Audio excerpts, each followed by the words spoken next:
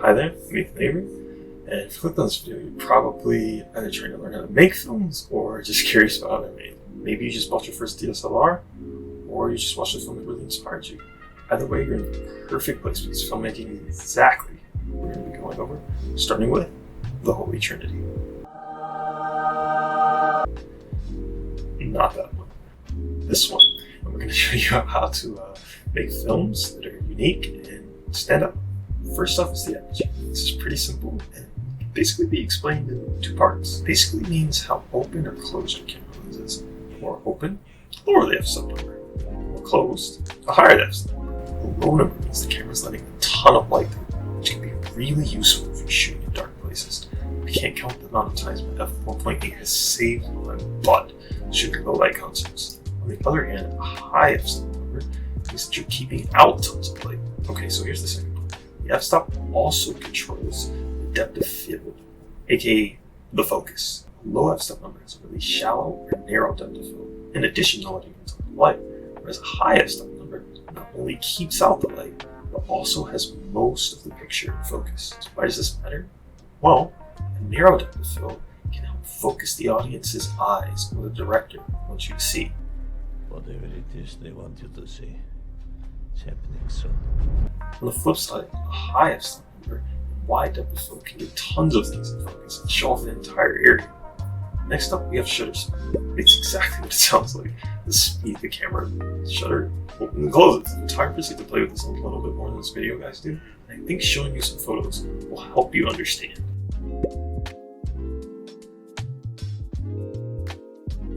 So, a slow shutter speed does things like this. This here is a super slow shutter speed, while a high shutter speed does things like this. Right now I'm shooting at a really high shutter speed, and can you tell the difference at all? Let's deviate for a moment. Normally, and during most of this video, I've been shooting at 1/50 shutter speed, which is important because I'm shooting at 24 frames a second. What does this mean, you might be wondering? It's surprisingly simple. See, audio is a series of pictures, which is why we can pause the movie. So getting back to the point, I'm shooting at 24 frames per second, or FPS, basically just taking 24 pictures every second, and then playing it back as a slideshow. Now, 24 isn't the only number you can use. If you're, say, a video game enthusiast, you might be familiar with terms like 30, 60, maybe even 144 FPS.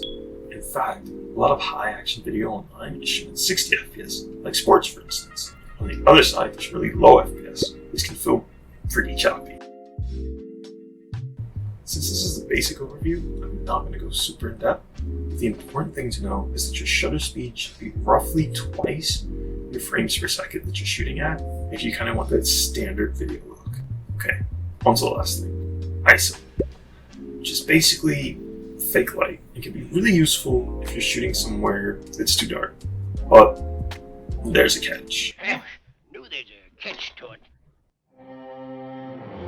Every single time you bump up your ISO, you degrade your picture quality. This is me at max ISO, which is pretty grainy, right? Now, there are no hard rules of what max ISO you should let yourself set your camera to, but for me, I try and keep it as low as possible. And for most cameras, that's their base ISO, which would be a number around 100. All in all, the important thing to know is every single time you bump your ISO up, you're losing picture quality. So it's usually best to try and find real light if possible, even if that means you have to move your shoot. Okay, hopefully this is giving you a decent idea of what Holy Trinity is about. If you have any remaining questions, or just filmmaking questions in general at all, feel free to leave a comment below. And if you don't have a YouTube account for whatever reason, I'll leave a link to my Twitter and Discord in the description below. Feel free to hit me up there as well. Thanks everybody for watching. If you could leave a like, it helps with the YouTube algorithm mumbo jumbo. And maybe we'll turn this into a weekly series. I teach you guys some of the stuff I've picked up about filmmaking over the years. And that's all.